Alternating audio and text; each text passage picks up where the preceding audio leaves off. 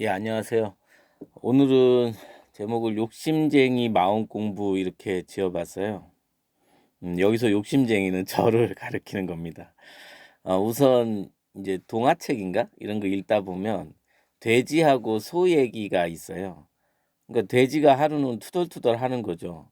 사람들은 나는 진짜 죽어서 우리 족발도 먹고 뭐 돼지 머리도 먹고 다 주잖아요, 돼지가. 이게 다 주는데 사람들은 나는 욕심쟁이라고 그러고 "소 너는 되게 이렇게 좀 성실하고 막 이런다고 소를 좋아하지 않냐. 우리 소고기를 더 높이 쳐 주지 않습니까?" 어쨌든 뭐 그걸 떠나서 인제 그런 얘기를 인제 빗대서 해요, 이야기해서. 뭐 다 아시는 얘기일 수도 있는데 근데 인제 소가 한마디 하죠. "나는 살아서 우유를 주지 않냐. 살아서 일을 하고 또 어쨌든 살아서 나는 우유를 준다." 근데 돼지는 어떻게 보면 죽어야 주잖아요. 이제 그런 식으로 얘기가 됐던 것 같아요. 제가 오늘 욕심쟁이 마음 공부라는 말을 한 이유가 우선 첫 번째로 저는 이렇게 생각하거든요. 어 인제 우리가 이제 마음 공부도 하고 또 서로 인제 뭐 여러 공부처에서 인제 만나서 사람들도 만나고 또 주변의 사람들과 또 계속 대화하고 뭐 만나잖아요. 관계라는 게 어떻게 할 수가 없잖아요, 살다 보면. 근데 그럴 때마다 음 자기도 알게 모르게 사람에 대해서 평가하는 그게 딱 순간적으로 드러나요. 자기는 뭐 있는 그대로 사람을 본다 아무리 얘기를 해도 우리는 자신의 그 첫인상이라든지 자신과 맞고 안 맞고 뭐 이런 것들을 순간적으로 분별을 할 수밖에 없게 되거든요. 인제 근데 인제 마음 공부한 분들이 종종 그런 얘기를 할 때가 있어요. 그러니까 "아 인제 깨달은 분 같다." 뭐 이런 얘기들. 근데 인제 저는 그때 제 인식은 확실하게 내가 제가 인제 공부하면서 제가 좀 '아 이거 착각하면 안 된다.'라고 스스로 자문을 했던 게 뭐였냐면 우리가 품성과 어떤 기질 또는 환경에 따라서 이렇게 달라 보이는 성질이나 이런 모습들을 깨달음하고 이렇게 견주면 안 된다라는 그런 인식이 저한테 좀 있어요. 어 물론 어느 정도 마음 공부를 오래 하신 분들이나 그리고 마음 공부 안 했어도 이게 품성적으로 참 이게 얽히거나 설킨 거에서 많이 이렇게 좀 그러니까 왜곡되지 않는 식으로 사람을 대하고 정말 좋으신 분들이 많죠. 저도 그건 알아요. 그렇지만 그것을 또 하나의 어떤 그 깨달음의 기준으로 잡아 버리면 그러면 자기가 인제 자신의 인제 그렇게 되면 문제가 음 자신에게 없는 걸 원하게 되는 거일 수도 있거든요. 그렇게 되면 좀 마음 공부의 길이 좀 벗어나 버릴 수도 있고 혹은 그러니까 마음 공부가 되고 나서 '아 그래 사람 사는 게 그런 거지.' 하면서 인제 그냥 올바른 방향으로 자기가 그 생각을 쓰면서 나아가는 건 상관이 없는데 그렇지 않고 그거를 기준으로 삼아 버리면 자신의 공부 방향하고 전혀 딴판의 어떤 그런 산만한 시간을 겪어 버릴 수 있다. 인제 우선 이렇게 생각이 들더라고요. 그러면서 인제 오늘 그 인제 이 말씀을 드린 이유가 뭐냐면 어 그러한 어떤 좋은 모습들을 따라가려는 것도 사실 자신의 욕심이다라고 저는 보여지거든요. 그러면서 제가 욕심쟁이 마음 공부라고 말할 때 저 스스로 자문을 했어요. "네가 뭘 내려놨냐. 사실은 네가 내려놓은 게 아니고 그저 네가 포기 당하거나 혹은 네가 나이 들면서 그냥 점차 잃어간 거를 이제 와서 뭐 '네가 내려놨다. 네가 마음 공부해 가지고 좀 벗어났다.' 이렇게 착각하지 말자는 거죠. 저 스스로 그랬어요. 왜냐하면 내가 지금 우리가 자신의 만약에 어떤 시험을 벌 때 우연히 이렇게 좀 찍어서 맞은 것도 있고 혹은 우연히 이렇게 실력으로 됐다기보다는 시험 문제가 쉬웠을 수도 있잖아요. 컨닝을 했을 수도 있고.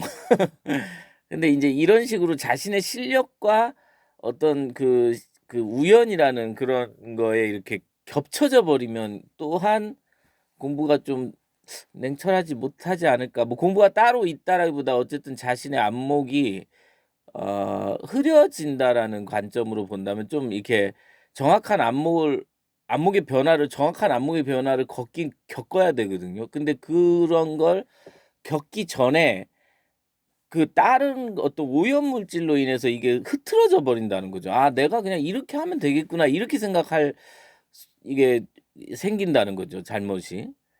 그래서 인제 제가 인제 공부하면서 제일 지금도 그렇고 예전에도 한참 제일 경계했던 게 저는 그거예요. 어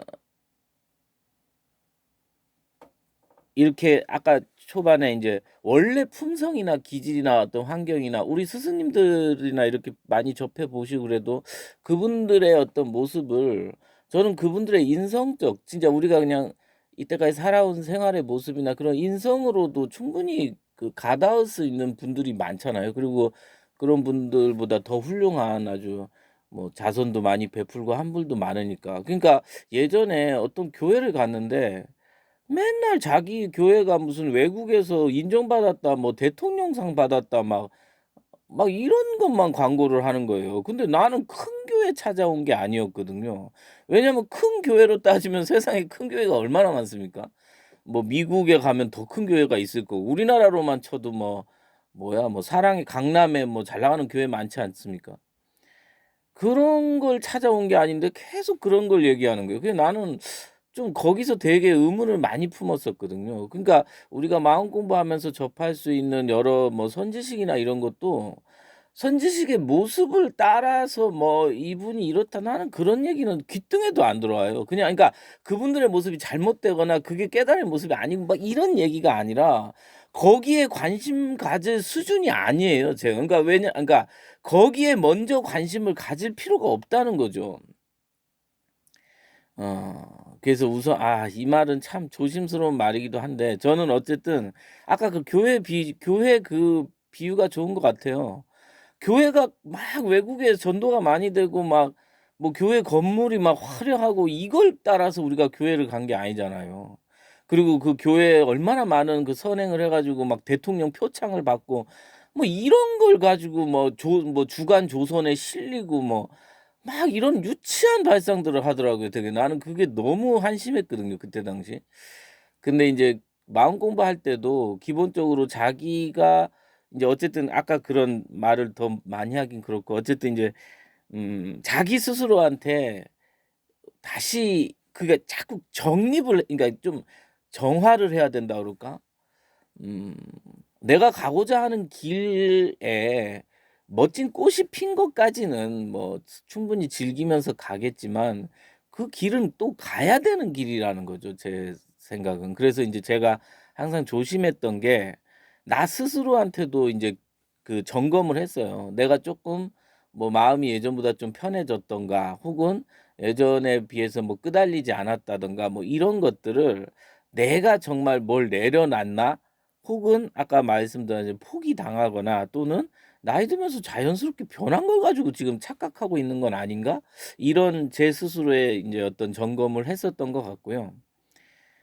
그러면서 인제 느낀 게 인제 '부처님이 그래서 대단하다.'라는 생각을 했던 게 왜냐면 부처님은 정말 다 가지고 계셨는데 버리셨잖아요. 그러니까 인제 그런 것도 그러니까 꼭 버렸다는 거에 초안을 두는 게 아니라 뭔가가 아 정말로 이렇게 진실된 행동 그러니까 자신의 어떤 그 갈구함에 그러니까 어 정말 자기가 내려놓은 거잖아요 그거는. 근데 우리는 가끔 보면 사람들이 이렇게 우리 뭐 크게는 우리 큰누나도 뭐 자식 일 때문에 속썩이다가 "아 인제 내려놨어." 그러는데 나는 무슨 착각이야. 자기가 내려놓은 건 하나도 없고 어떻게 보면 그저 그냥 시간이 지나니까 포기당한 거지 무슨 내려놔. 나는 그런 생각을 속으로 많이 했고 저도 사실은 제 스스로 그런 얘기를 할 때 "웃기고 있지 마. 너는 내려놓은 거 아무것도 없어." 뭐 이렇게 인제 저 스스로를 좀 이렇게 점검했었어요. 그래 가지고 인제 쪼끔 아까 메모를 해 놓은 게 뭐냐면 저를 되돌아 봤을 때 인제 이런 생각이 들더라고요.